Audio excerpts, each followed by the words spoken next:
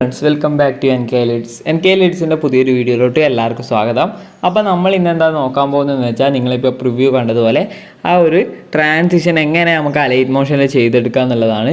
വളരെ പെട്ടെന്ന് തന്നെ നമുക്ക് ആ ഒരു ട്രാൻസിഷൻ നമ്മുടെ വീഡിയോയിലോട്ടൊക്കെ കൊണ്ടുവരാൻ സാധിക്കുന്നതാണ്. അപ്പോൾ അതിനുവേണ്ടി നിങ്ങൾ ഈ വീഡിയോ സ്കിപ്പ് ചെയ്യാതെ കാണാൻ ശ്രമിക്കുക. അപ്പോൾ നമുക്ക് നേരെ വീഡിയോയിലോട്ട് പോകാം. അപ്പോൾ ഞാൻ ഇവിടെ അലൈറ്റ് മോഷൻ ഓപ്പൺ ചെയ്തിട്ട് ഇതുപോലെ 2 ഇമേജ് ആഡ് ചെയ്ത് വെച്ചിട്ടുണ്ട്.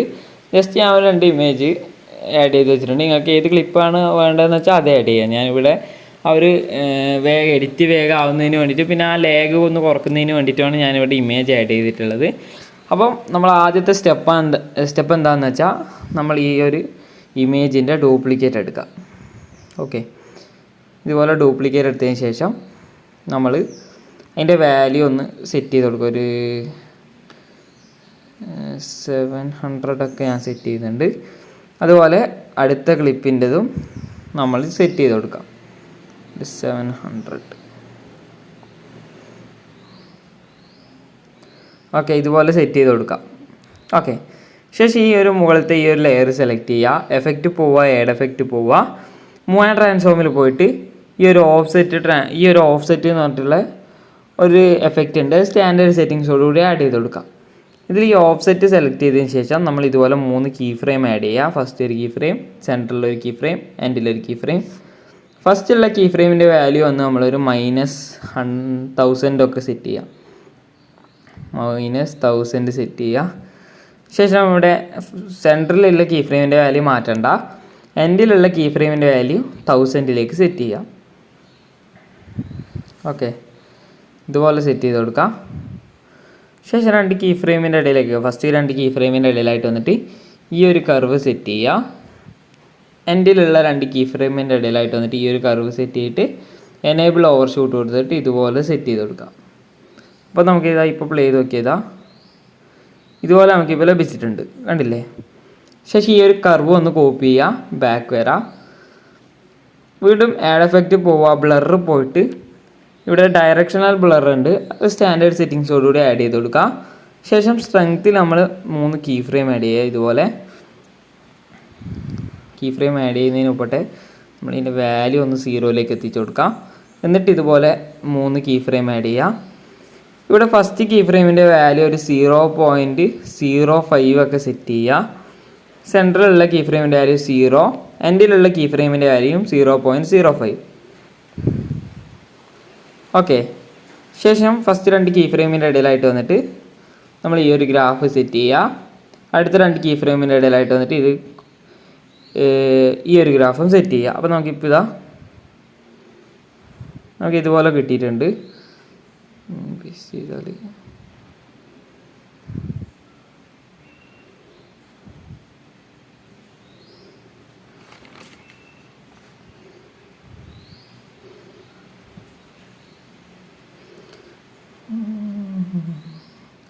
ഞാൻ ഇവിടെ ഈ ഒരു ഗ്രാഫ് സെറ്റ് ചെയ്തിട്ടുണ്ട്. ശേഷം ബാക്ക് വരാം.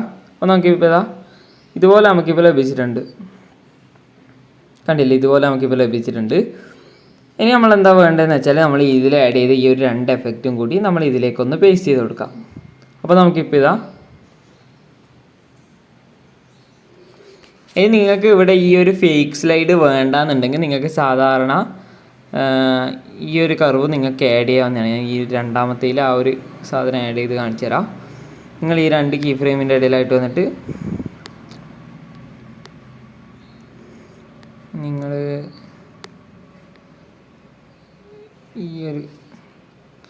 ഈ ഒരു കർവ് ആഡ് ചെയ്താലും മതി.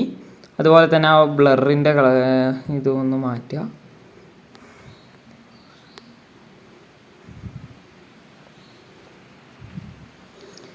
ഇതുപോലെ സെറ്റ് ചെയ്താൽ നമുക്ക് ആ ഒരു ഫേക്ക് സ്ലൈഡ് നമുക്ക് ഇവിടെ ഒഴിവായി കിട്ടും. ഓക്കെ,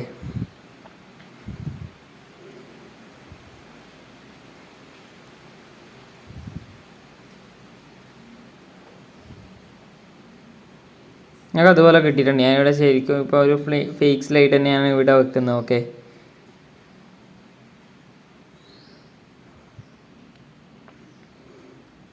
ഇവിടെ ഞാൻ ഒരു ഫേക്ക് സ്ലൈഡ് തന്നെ വെച്ചിട്ടുണ്ട്. അത് നിങ്ങളുടെ ഇഷ്ടത്തിനനുസരിച്ച് നിങ്ങൾക്ക് സെറ്റ് ചെയ്യാവുന്നതാണ്. ഓക്കെ, ഇനി നമ്മൾ എന്താ വേണ്ടതെന്ന് വെച്ചാൽ, നമുക്ക് ആ ഒരു ബാക്ക്ഗ്രൗണ്ട് ഇമേജിന് ഒരു സൂം കൊണ്ടുവരണം. സൂം ട്രാൻസിഷൻ കൊണ്ടുവരണം.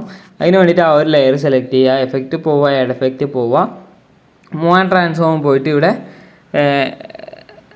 നമ്മളിവിടെ ഈ റേസർ ട്രാൻസ്ഫോം എന്ന് പറഞ്ഞിട്ട് ഈ ഒരു എഫക്റ്റ് നമ്മൾ സ്റ്റാൻഡേർഡ് സെറ്റിങ്സോടുകൂടി ആഡ് ചെയ്ത് കൊടുക്കുക. ശേഷം വേറെ മാറ്റമൊന്നും വരുത്താതെ സ്കെയിലിൽ വന്നിട്ട് ഇതുപോലെ 3 കീ ഫ്രെയിം ആഡ് ചെയ്യുക. ഇവിടെ ഫസ്റ്റ് ഉള്ള കീ ഫ്രെയിമിൻ്റെ വാല്യൂ വന്ന് 0.50 സെറ്റ് ചെയ്യാം. ഓക്കെ, ശേഷം എൻഡിലുള്ള കീ ഫ്രെയിമിൻ്റെ വാല്യൂ അതുപോലെ സെറ്റ് ചെയ്ത് കൊടുക്കുക. ഓക്കെ, ശേഷം നമ്മൾ ഈ 2 കീ ഫ്രെയിമിൻ്റെ ഇടയിലായിട്ട് വന്നിട്ട് ഈ ഒരു കർവും അടുത്ത 2 കീ ഫ്രെയിമിൻ്റെ ഇടയിലായിട്ട് വന്നിട്ട് ഈ ഒരു കർവും സെറ്റ് ചെയ്ത് കൊടുക്കുക.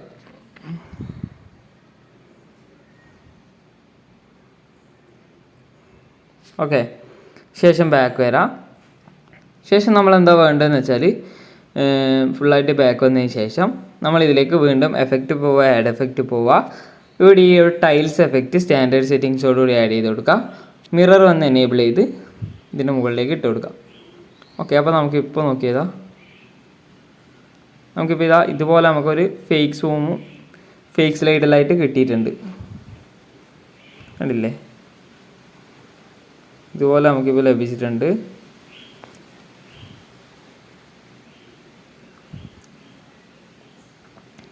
ഇനി നമ്മളെന്താ വേണ്ടതെന്ന് വെച്ചാൽ നമ്മൾ ഈ ഒരു നേരത്തെ ആഡ് ചെയ്ത് ഈ ഒരു ഡിറക്ഷണൽ ബ്ലർ ഒന്ന് കോപ്പി ചെയ്തിട്ട് നമ്മൾ ഈ ഒരു അടിയിലുള്ള ഈ ഒരു ലെയറിൽ ഒന്ന് പേസ്റ്റ് ചെയ്യുക. ശേഷം ഈ എല്ലാ ലെയറും ഒന്ന് കോപ്പി ചെയ്യുക. ശേഷം ഈ അടുത്ത ലെയറിൽ ഒന്ന് പേസ്റ്റ് ചെയ്ത് കൊടുക്കുക. അപ്പോൾ നമുക്കിപ്പോൾ നോക്കിയതാ,